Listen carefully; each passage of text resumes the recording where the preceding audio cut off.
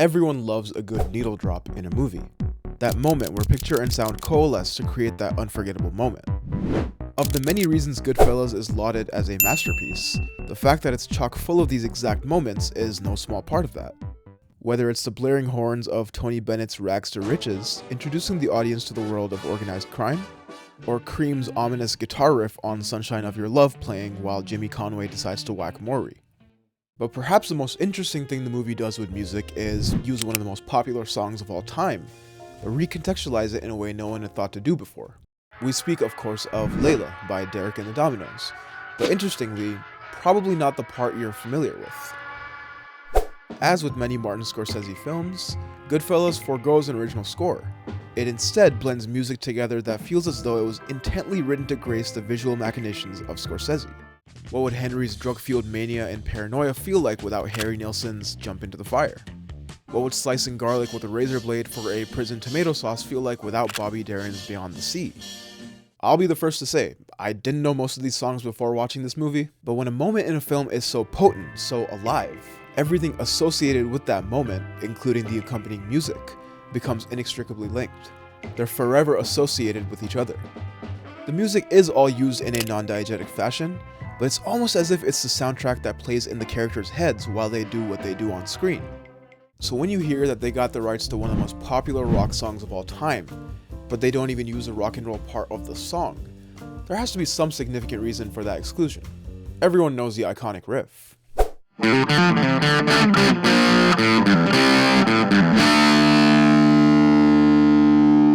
That's likely the sound most people conjure in their heads when you mention Layla. Not this one specifically, but a more skilled rendition by one Eric Clapton. But the second part of the song, while not as recognizable, has its own merits.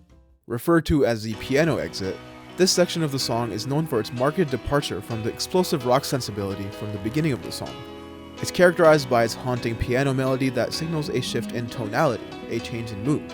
The interesting thing about the song Layla is how it mirrors the structure of Goodfellas, both when it plays in the film and when it doesn't. The song was written by Eric Clapton and is about his obsession with a woman and her unrequited love.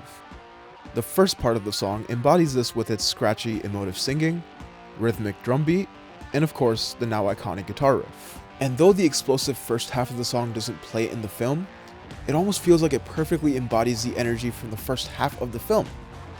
The first half of Goodfellas is similarly energetic and bombastic. Henry Hill's self-narrated life is very clearly the life of his dreams. And just when you think it can't get any better, it does. A wild from the start, energetic entrance that builds and builds to the point to leave you wondering, will there ever be a reckoning? Will Henry Hill ever face consequences for his lifestyle of extreme excess? Will Eric Clapton ever have his feelings reciprocated? This, of course, is an extrapolation from a part of the song that doesn't even play in the film, so you could very well call this a YouTube video essay level reach. How about the second half of Layla, which is actually in the film, full swing during this montage? At this point in the film, Jimmy Conway is starting to get rid of everyone involved with the Lufthansa heist to cover up loose ends. We see the depths of his paranoia and the lengths he goes to for self-preservation. Despite all the points in the film previous to this where the characters do terrible things, this is where it truly feels like a point of no return, where it no longer feels fun to be around this lifestyle of excess and depravity. It is very much a dramatic inflection point in the song, and is similarly used to signal an inflection point in the film. This part of the song is much more tame, more somber. It almost feels like coming down from a high, a turning point. Reality setting in the worst, most depraved manner possible.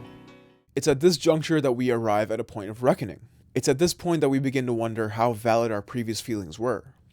Was Clapton's previous exclamation of his love the right way to go about it? Or was it done in vain? Was Henry Hill right in going into this life of crime? Or has he set himself up with a target on his back for the rest of his life? If we want to get technical, it kinda does work out for these people in the end. Eric Clapton wrote the song about Patty Boyd, who was his good friend George Harrison's wife. He stole her from his friend like he stole all of his music inspirations. Henry Hill in real life lives in the witness protection program, but still with a sense of comfort, despite the noodles with ketchup he has to consume. In the end, music can often completely shift the perspective through which we understand a film.